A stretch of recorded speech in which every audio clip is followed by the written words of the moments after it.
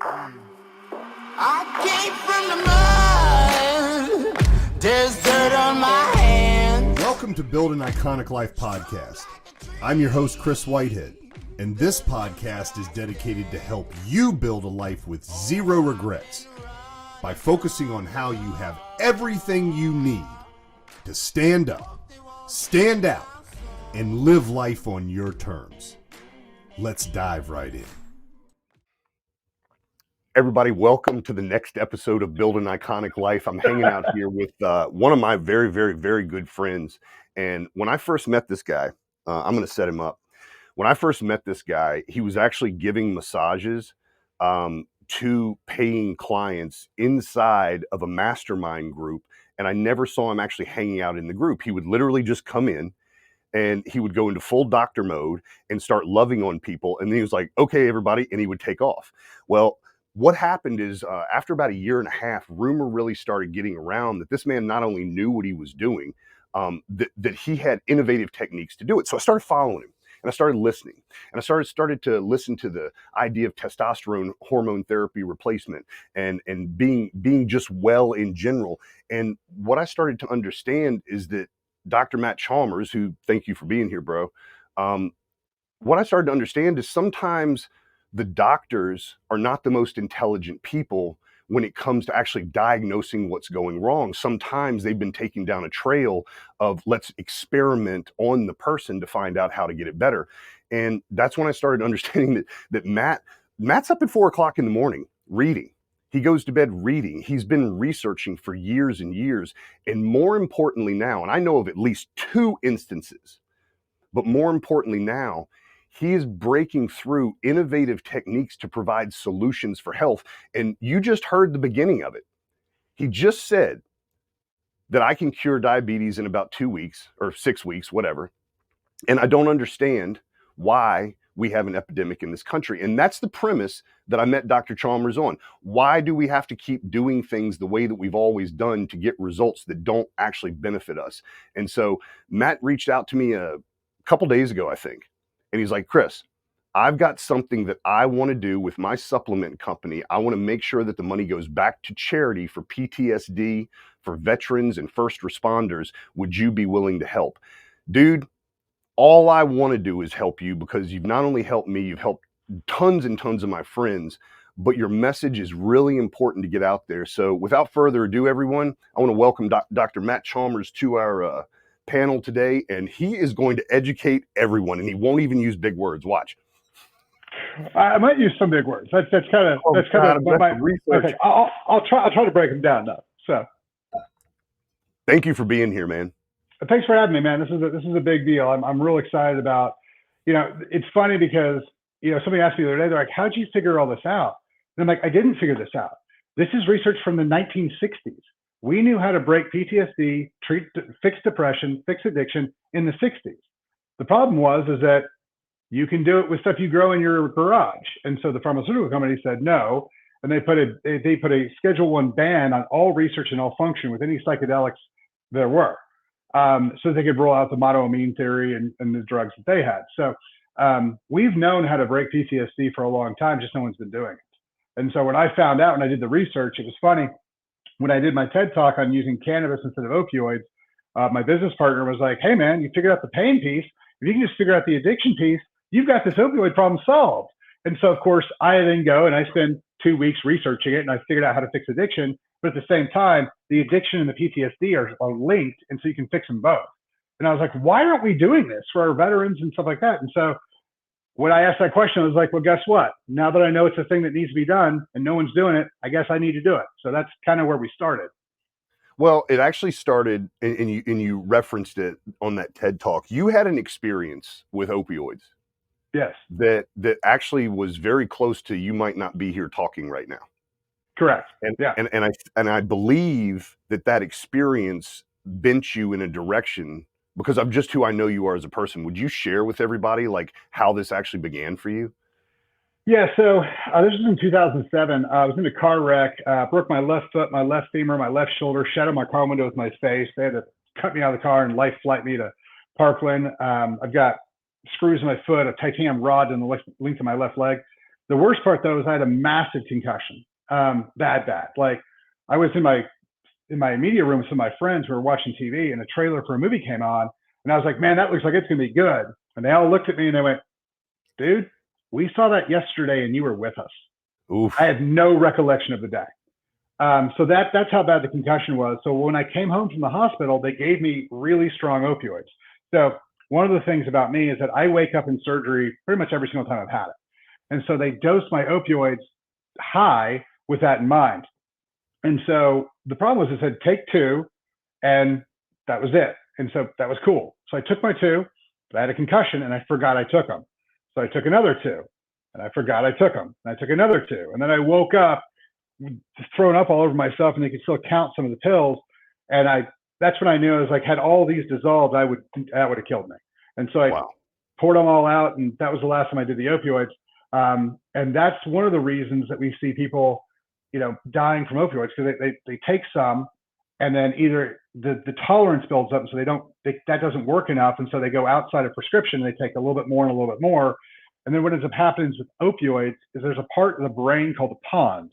The pons is responsible for what's called autonomic respiration. Basically, it's the reason you breathe while you're asleep.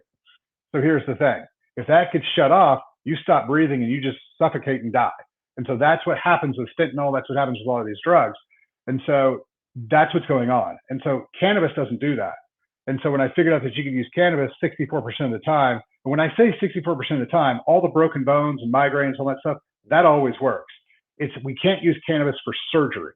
And there's a giant number of percentage of stuff that we use opioids for in surgery. Like we use fentanyl every day for surgery, but an anesthesiologist makes it work. That Ted, who's putting fentanyl in your pills in his bathroom, that guy doesn't do it right. That's why fentanyl kills you. Dude, that just gave me goosebumps. All right, let's get on to the addiction side, because one of the things that I'm a weird researcher too. Years ago, I either watched a documentary or I read about it in a book. So, and you're here, so this is a good question. What I understood is you have this thing called a receptor, and it has all these little holes in it. And a lot of times serotonin or dopamine, like when normal things happen that release the serotonin, it just goes through these holes and you feel the feelings, and that's the euphoria or the closeness that you feel with someone else. When you're taking the drug, it starts to plug up those holes. And so the addiction begins physically because you have no joy or whatever it is you're seeking out. So you start taking this thing more, it starts blocking up the holes more. And that's the quick ramp up cycle with this physically. Is that true? That's a pretty good way of describing it. Yeah. So what ends up happening is you start having a lower and lower and lower activation of the receptor from dopamine or whichever one it is. And then the way that you get that back is you take something powerful that kicks that up back up, and you get the experience. So it's very similar to what you said. Yeah, it's a very great explanation. And the reason that really hit me is I started to realize immediately that for every benefit that thing could give me, there is a negative consequence to it. So just being a smart guy, it's like, well, I have an addictive personality, probably don't want to do anything like that. But I, I'm in the construction realm. So I've had employees that, they were on meth. And then when the heroin epidemic came, I'd never met anybody that had been on heroin. So I'm having guys asleep at noon and all sorts of stuff. And what I noticed happened before I fired them, there was a really quick ramp up period with them. They went from looking to in their young 20s to looking like 55, 60 years old in the matter of just a few months. And what that told me is that what I'm believing they might be doing is 1/10 of what they're probably doing. And it really didn't take long for it to happen. Now you say you have some solutions to that. Yeah. So this is really, really cool. So I'll tell you the research, and I'll tell you my personal story. So in the research, it shows that we can break PTSD and addiction 85% of the time with ketamine. Now, there's a whole process you go through with settings and intention and the whole deal. But and I know that it's a fact. I talked to a guy, and he told me, he said his addiction to cocaine was so bad that he was crying about his addiction to cocaine while he was doing cocaine. Like he knew how bad it was, but he couldn't help himself. He went through his series of ketamine, and he was like, that was 2 years ago. I've not touched it since. And I asked him, I was like, so to give you more willpower? And he goes, no, I just don't have any desire for it anyway. And I was like, that's kind of a weird thing. So after I did mine, one of the things that happened was So I never thought I was addicted to coffee, and I still don't really want to say I was addicted to coffee. But when I was on business trips, I would have 4, maybe 5 venti Americanos a day, which is a lot. It's 100 ounces of coffee. I mean, so I get it. So after I did my ketamine, I go to Starbucks like I do every day. Got my venti Americano, came in, drank about half of it. The next day I drank about a quarter of it, and then I just quit getting them. And the thing is that I have a very weird feeling about, it's the only time I've ever had real apathy as far as the feeling goes. Because someone's like, would you like coffee? I'm like, I have no strong feelings either way. I will, if you put it in front of me, I'll drink it, but I won't ask for it. I don't want it, but I don't not want it. It's a really, really weird thing. And I'm glad this happened because now I understand what it feels like to just not care about the thing that I was apparently addicted to beforehand. And so now that I've felt this, I've talked to people who have had heroin addictions, who have had cocaine addictions, who have had all other addictions, and they're like, that's what I feel. They're like, I don't not want it, but I don't want it. It's just like there's just like void around it emotionally now. And it's spectacular for these guys because if you know you shouldn't do something and you don't have that draw to do it anymore, you can stay away from it real easy.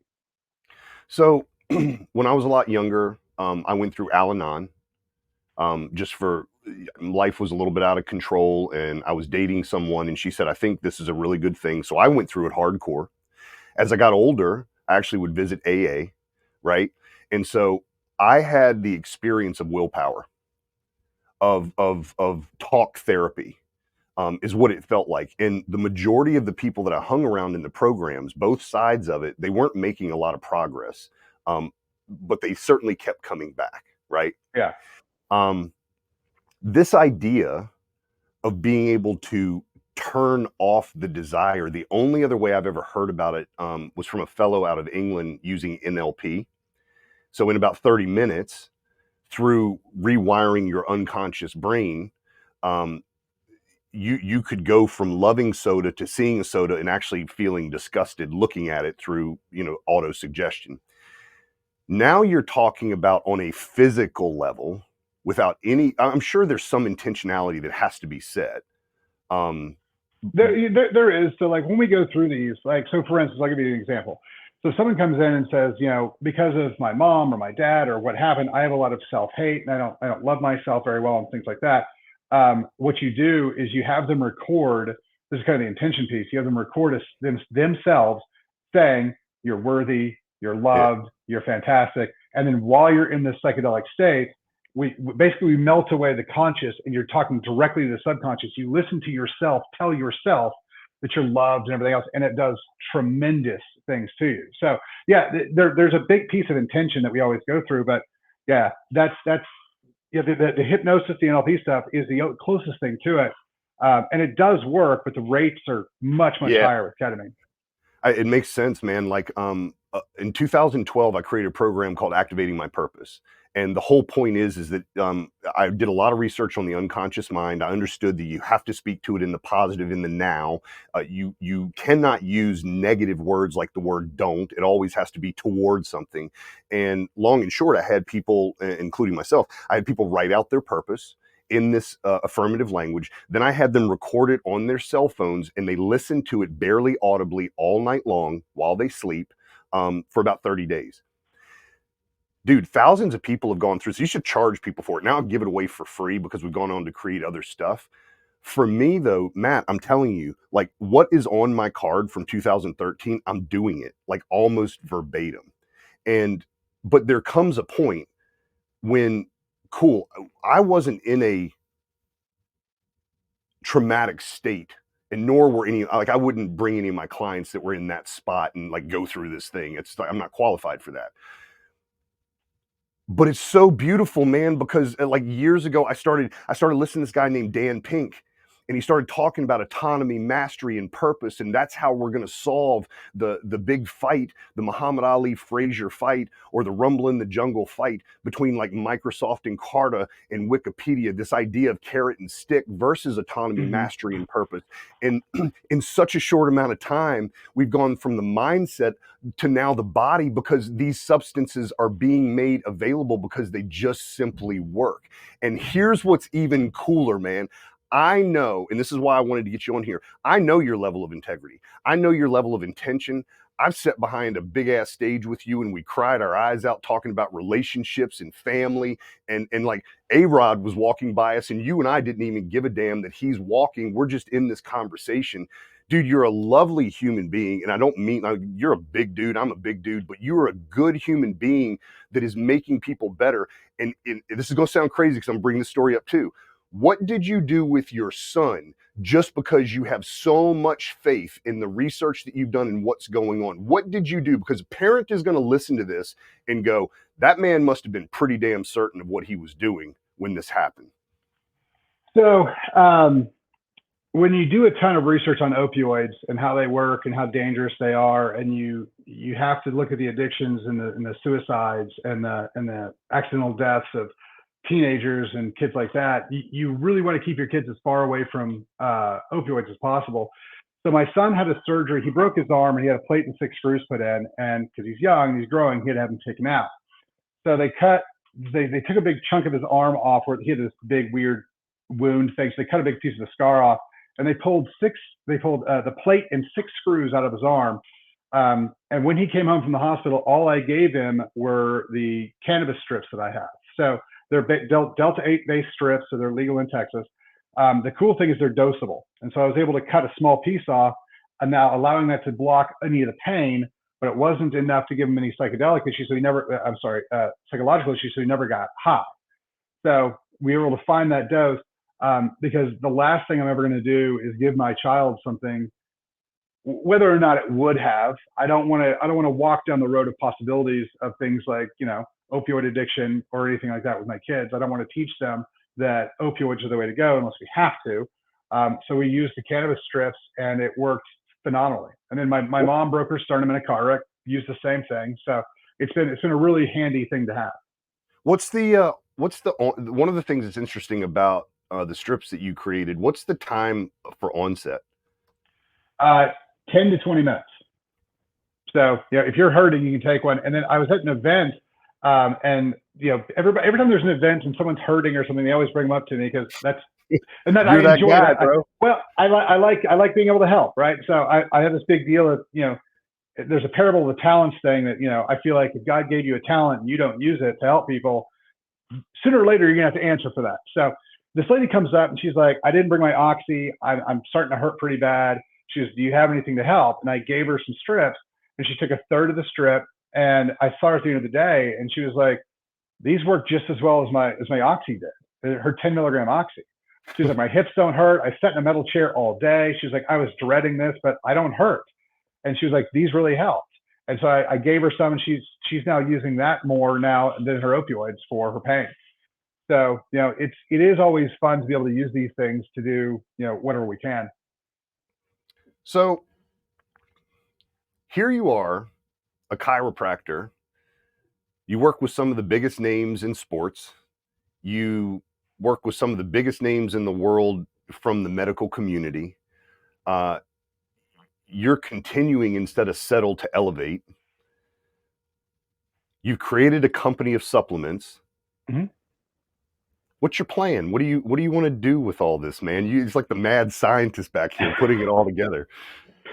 Well, the thing is that when I found out, when I started putting all the pieces together, and I kind of found out that what we could do with the ketamine and what we could do with the psychedelics and psilocybin and DMT and stuff like that, it was one of those deals where I was like, man, there's a lot of people we need help with this, and so I started a charity, and we're trying to figure out how to get people to donate to the charity. And finally, I was like, you know what? I've got a supplement company, and I talk about it online. I teach people how to use it, and all the supplements. And I was like, I can just donate all the profits from that supplement company to my charity, and then I can use that money in the charity to start helping people. Because at the end of the day, firefighters and police officers and veterans, they make enough money to survive. But if you're like, hey, we got a $3,000 program we want you to run through for your PTSD, a lot of those guys don't have $3,000 just laying around. So I was like, all right, cool. I want to help these guys out. And it was funny because I started with just thinking about vets, and I was working with a guy, and we put him through the charity. He was a veteran, a military veteran, but now he's a firefighter and paramedic. And he was like, dude, I was in combat. And he was like, and it was stressful. And he was like, but I got 10 times more trauma in my daily life as a paramedic, pulling up. He goes, who do you think fishes the 4-year-olds out of the swimming pools? Who do you think sees the gunshot wounds? Who do you like? He's like, I see that day in, day out, because I have a lot more trauma from that than anything else. And I was like, oh my gosh, how did I not recognize that? So that's why we expanded the charity to first responders, because I want to make sure that whether it's military or police, fire, paramedics, the guys who choose to stand between us and the trauma that we really don't want to deal with, we need to on the back end come up and help those guys who have dealt with that trauma. And so, as a guy who got cut out of the car wrecks and literally owes my life to those guys, I want to do whatever we could to help them, because it's one of those things where when you find out you can help somebody and then you choose not to, I really think from a religious aspect, and this is a big piece for me. When people talk about Judgment Day, everybody knows about Judgment Day. They talk about Judgment Day, but no one talks about what the questions are going to be. What's the metric by which we're being judged, right? That's been a question I've had for a while. And that's when I started going back to the parable of the talents and that whole thing. And I was like, I really feel like if God gives you the ability to do something and you choose not to use that to the greatest degree possible, you're going to have to answer for that sooner or later. And so that was my thing. I'm like, all right, cool. I know I can do this, and I know I have access to do this. We got to find a way. And so when it wasn't kind of taking off on its own, I was like, well, let's just do this. I know what everything that needs to happen in the body chemically, supplementation wise. I'll teach that online. If people will buy the supplements, I can then dedicate all the profit from those supplements back to the charity. And then we can go through and we can build out and we can help a ton of people, because at the end of the day, again, I think one of the other questions is going to be, when you die and you're asked, okay, prove to me that the world benefited positively from you being there, right? Was it better that you were there? And I want to be able to reach back and be like, yeah, like I helped create a whole new mental health care renaissance. I'm not the only one doing it, but I can point out, hey, here's the guys in California. Here's the guys in Michigan. Here's the guys in Dallas, so people can go get help. I'm like, I'm down. Let's do that. And so that's why I decided I'm going to dedicate all of the profit from the supplement store, the Seawell store, back to the charity, the citizenminds.org. And we're going to use that money to help everybody we can. So my hope is that if you're buying supplements from Walmart or from random places online, get them from the Seawell store and know that all that profit's going to go back to helping people with PTSD, addiction, and issues like that. How long have you been working at it? The Seawell store thing was a thing I came up with about 2 weeks ago, and then that's when I started hitting people up. I've been working on putting this together for about 2 years now.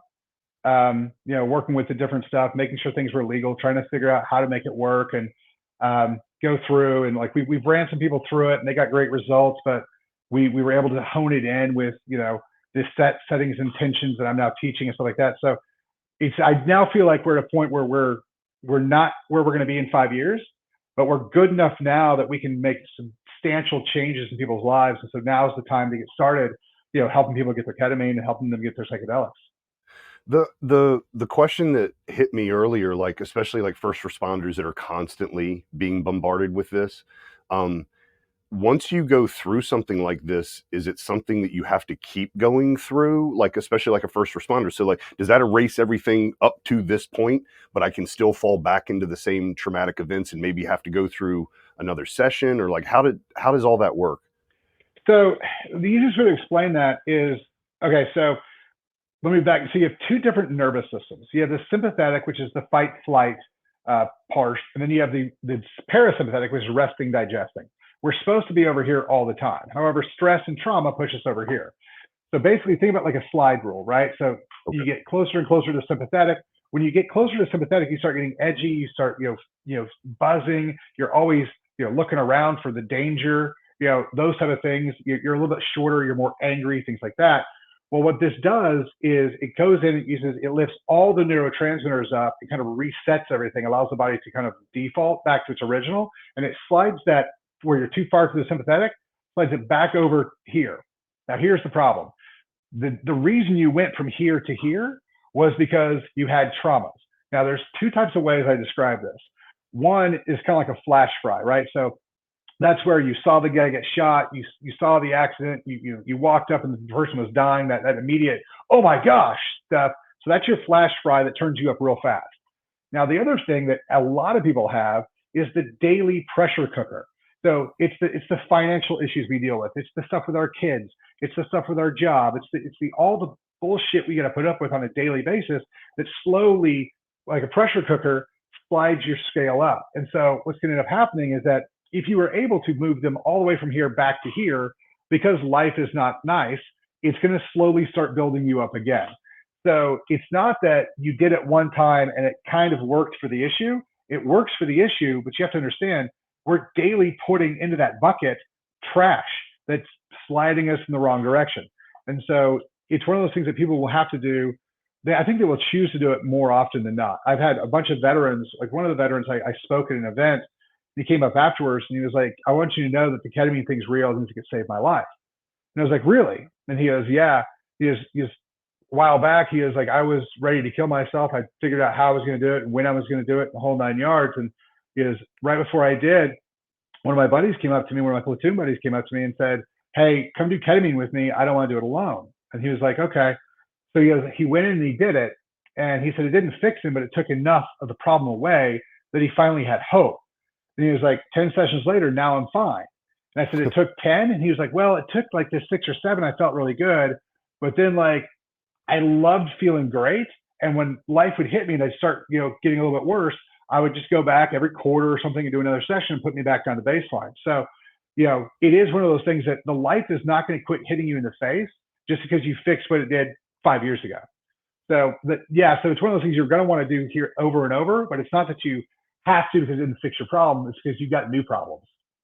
And I'm pretty sure too, like at least my experience in life, we also catch a clue when we come back to that state of homeostasis and we say, hey, what did I add to this mix and what can I control without having to use drugs, without having to do anything to help maintain it? So there's a mental health side of this as well as a physical side of this. You've got the physical side covered.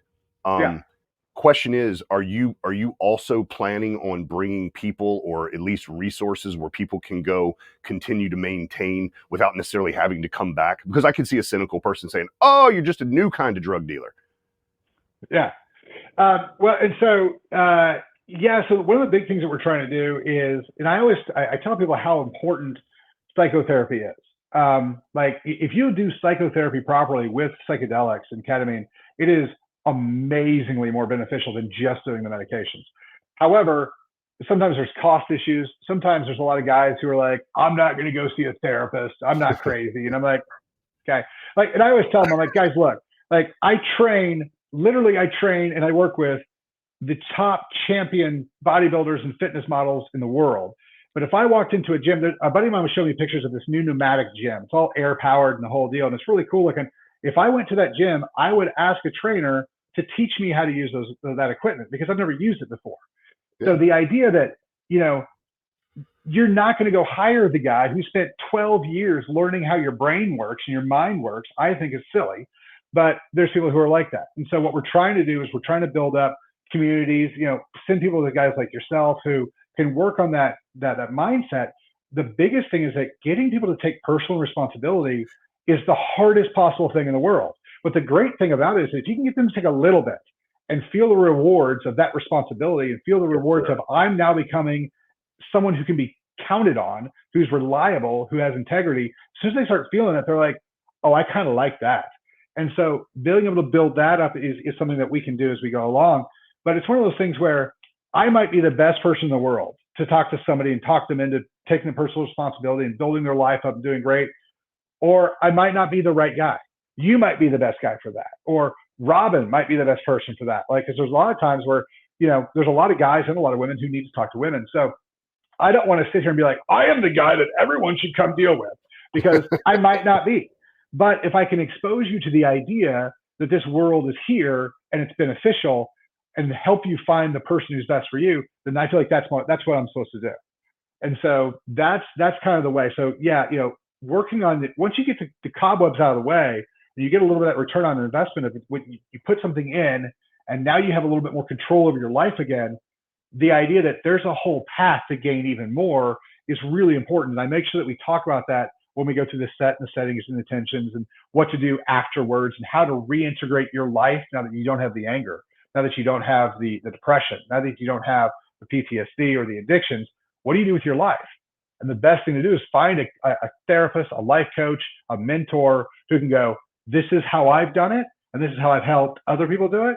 Come with me and go with me on this. And so that's the journey that I hope that once people start to kind of wake up, they start looking for, the stuff like what you're doing and go, I'm going to go make something. I'm going to personally decide to take the responsibility to make my life what it needs to be and carry from there. So that's the hope. But it is something they definitely need to do, start working on their personal responsibility and their mind. I I suffered for a lot of years, mainly because none of this kind of stuff it was taboo to even talk about. I mean, we could talk about it in college, but probably not to the professor. You know what I mean? Right. And so I suffered because I had to just read books. I had to find and carve this path. And a lot of that suffering was because I was doing it alone. Yeah. I don't know what I don't know.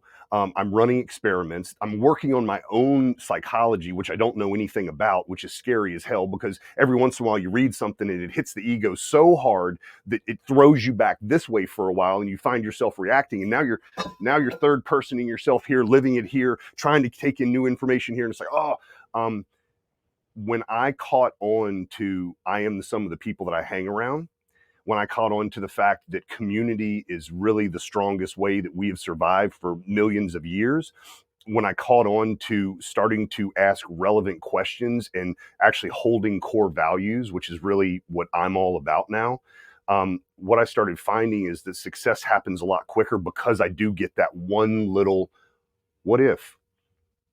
What if I was willing? And my experience of you is you always took these high level, heady, controversial even conversations. And to me, this is just me, everybody. It's almost like trying to have a conversation with Jordan Peterson. Like the dude knows what he's talking about. You're probably not going to win in an argument because he's also wicked smart, but he's also just a good human being that wants to dive into these complex subjects to create wins. And well, the problem you get into is that if you don't get into the hard subjects don't get dealt with, and people don't want to get into them. And the thing is that when you in all the hard subjects, all the important things are controversial. Like talking about how we've got to build the families back up. We've got to teach you what core values look like. One of the problems that we get into, and Peterson talks about this a ton, is that we have lost our sense of where we're supposed to go and what we're supposed to do. This whole let's just do the easy thing. Let's do what feels good, because that's not the direction that you need to go. That's not the direction that drives the society in the proper directions. I'm starting to see this. We're starting to take back over the whole no, the father's important. We're going to teach this. We're going to hold ourselves to a standard, and we're going to do some stuff that's hard. And it's funny because people ask me all the time.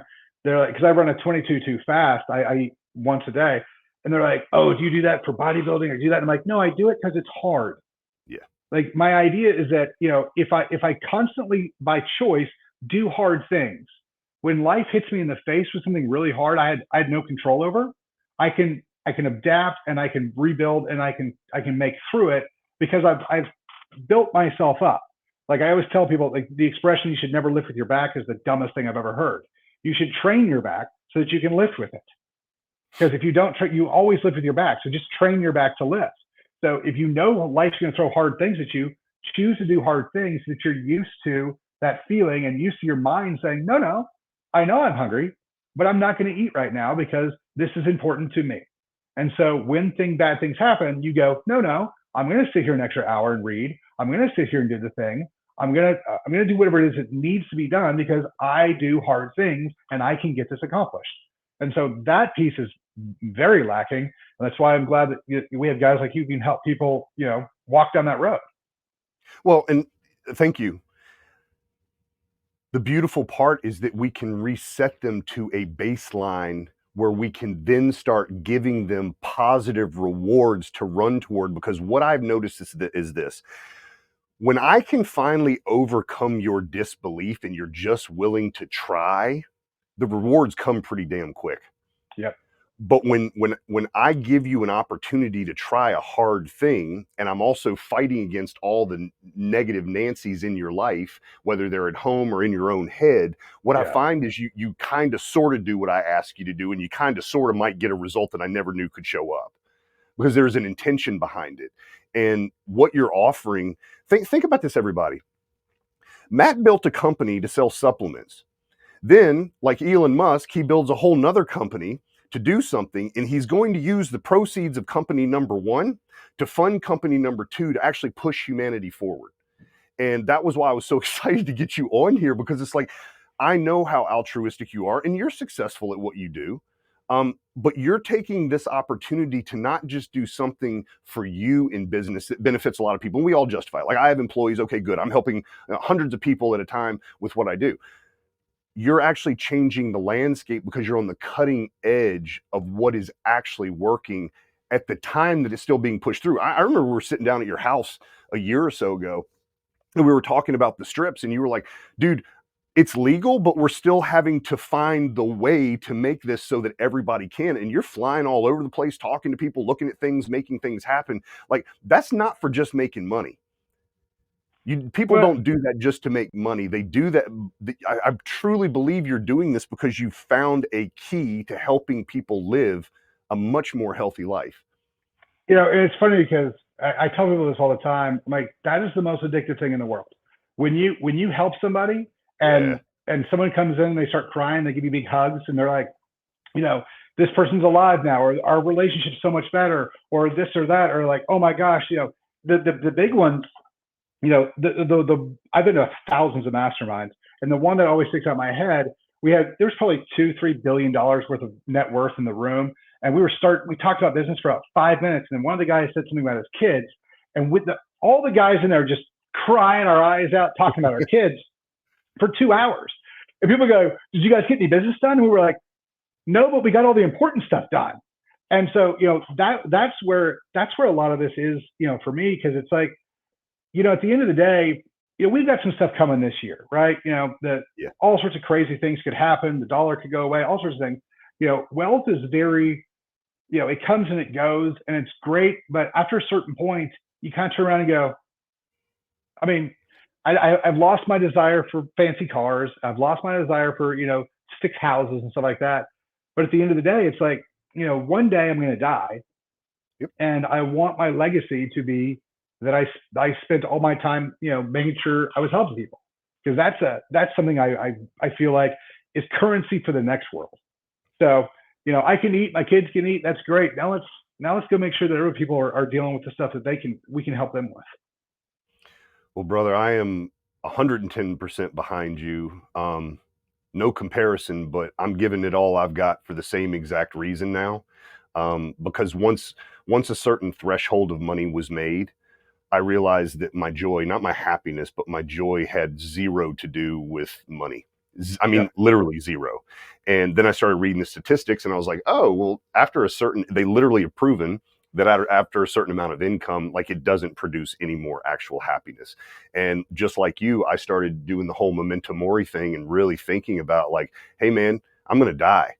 And is my life important on my terms? I don't care what Matt thinks about it. I don't care what Robin thinks about it. I don't care what anybody thinks about it. That's between me and God.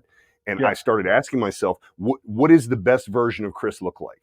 And to sit here with you after knowing you for these number of years, to see what you have done for other people, what you've done for us, I'm just really honored to be, you know, surrounded by you, man, because you've made my life better. And I want other people to experience that, because you have a very unique way of communicating very complex things for those of us that haven't studied, and you don't end up making us feel stupid while you explain it to us. And that, to me, there's a lot of, and it might be because you work with some pretty powerful people, you know, but that allows me to lean in instead of going, is this his agenda or what's best for me?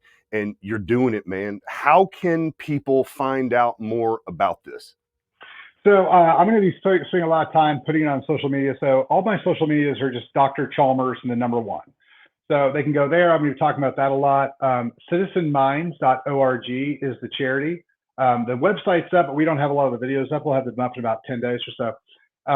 And so that's another place. But the Sewell store, CWELL store.com, that's the supplement store. And so if you guys are buying vitamins and supplements and stuff like that from just random places, you know, if you buy them there, that money is going to go back to help first responders and veterans and things like that. But it's also going to help kind of expand our knowledge base and our education on psychedelics and stuff like that. So we're starting to do amazing research with this stuff. We're starting to find out unbelievable things that's really, really going to, I think, push the world forward and help a lot of people in mental health. So, that would be the best thing. And if you're wondering, well, I don't know what supplements to take. Well, fantastic. Then the videos I'm going to start doing are going to be, these are the supplements this is what this thing does. If you have this issue, you need to take this thing, right? So, but it's going to be lots of stuff that people just, and one of the reasons I try not to make people feel stupid is because 90% of the time, I feel like I'm telling you things you don't care about.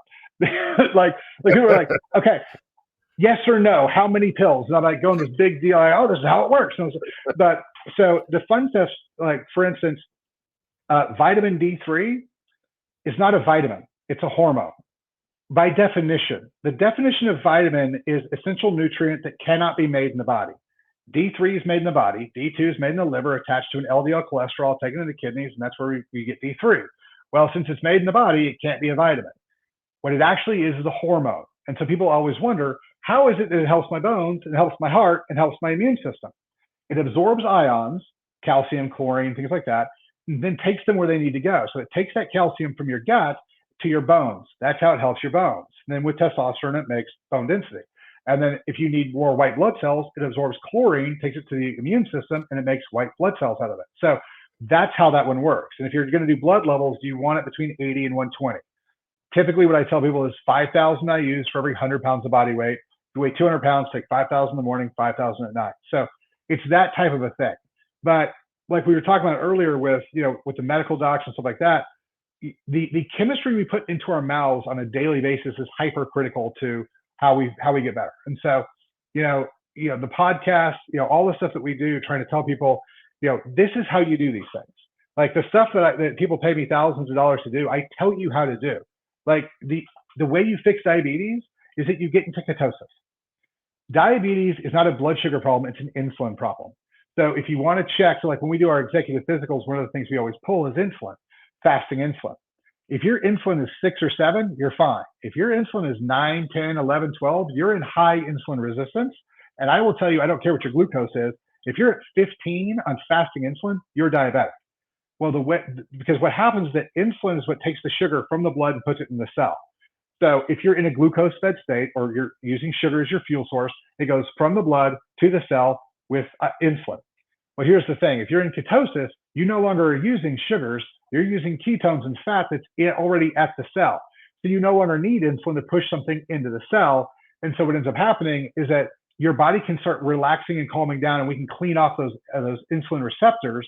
And then that's how you do it. Like I've just told people, go buy, there's a white book on Amazon. It's called the Keto Bible. It's a white book. It's written by a PhD. Read that one, learn glycemic function, and quit eating all that stuff, get into ketosis, and you'll be fine.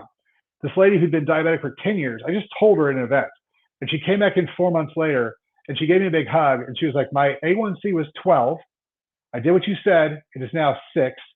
And she was like, my fasting glucose was 350. Now it's 96. She was like, fasting insulin was 19. And she was like, now it's 7. She's like, I'm no longer diabetic because I did what you told me to do. And I was like, fantastic.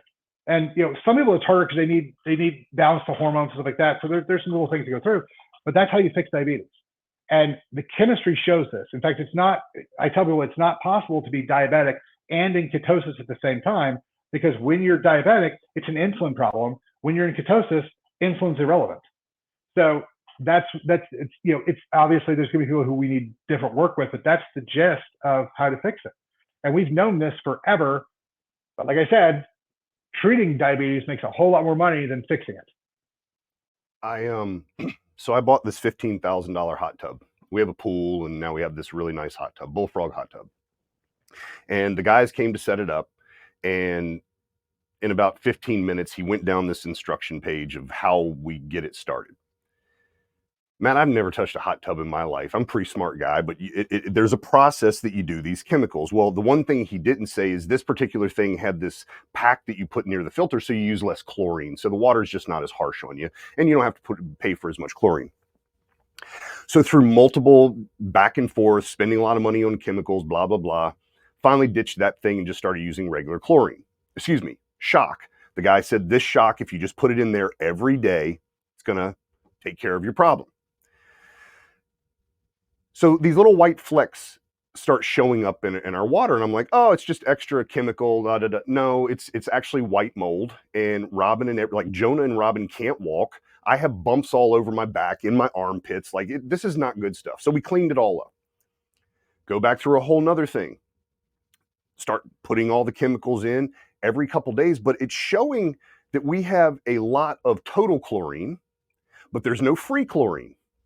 And no matter how much of this shock I put in there, it just keeps showing that. So I go, okay, but we have to change the water out every 2 weeks. Long story short, if you read the really small instructions on the back, it says this is not a replacement for chlorine. So we were never adding any sanitizer into this 102-degree water. And yeah, over about 2 or 3 weeks, you're going to start getting this mold. And what I realized is that by putting that shock in there, I had created a block for the chlorine that it had no ability to ever do it. And it reminds me of what you're talking about with the insulin. So what we did is we neutralized the water and we started following the most important step, which is making sure the chlorine, the sanitizer is in there. Bro, we have clear water and it never has happened again. And so it's so cool to hear that the chemistry alone solves the problem. Therefore, there is nothing to debate about if this is actually happening. The sad part is that sounds so damn simple. Since the 60s, man, my best friend died during COVID because he was diabetic, not because of COVID, but because of the ventilator that they put him on. Yeah, the ventilators were bad from the get-go, and the problem is that we knew that was not the right way to go. And they're admitting it now. But his diabetes, I remember there was another lady in Texas that she wrote a whole book on how to do it, and guess what? She was a chiropractor as well.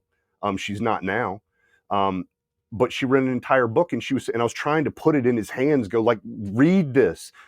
I don't think your doctors are doing something right. I'm having somebody tell me that this is completely reversible. And we lost him, but it actually, like, it just makes me a little bit angry, to be quite honest with you, man. Profit shouldn't be put in front of people like that. And here's the thing, like we touched on this earlier, but I don't want people mad at their medical doctors. They're doing the very best they can. Yeah. They were just taught to do something very specific. And to be fair to that whole organization, what happened 100 years ago was we would fall off a horse and break our arm, and that would kill us. You'd scratch your leg and get septic and die. And people were like, I am tired of dying from things that are so small. And so we were like, we need to build an institution that fixes us for emergency issues. And so we built Western medicine. And Western medicine, by the way, is the bar none, very greatest thing ever created for emergencies. Shot, stabbed, like I told you, car wreck. I'm alive today because of these guys, those type of things. But when you start talking about what do I need to do on a daily basis to be healthy and stay healthy, that's where Western medicine really falls apart. So it's not that the Western medicine doctors are bad people. They're great people. They just don't have the tools that some of the guys in the wellness community have to keep you healthy. Once this horrible thing that your car wreck, your gunshot wound, your heart attack, whatever, once you've gotten over that, that's when you're like, hey, thanks, Western medicine. And then you come over here and you're like, teach me how to be healthy and live for the rest of my life. So that's where the dichotomy is. And the problem is that we argue back and forth with each other, and we talk about how great our quality of life is, and they talk about how many lives they're saving, and we're both right. But that's really where the thing is that, okay, save the life, then bring them over here, and we'll teach them how to live, healthy.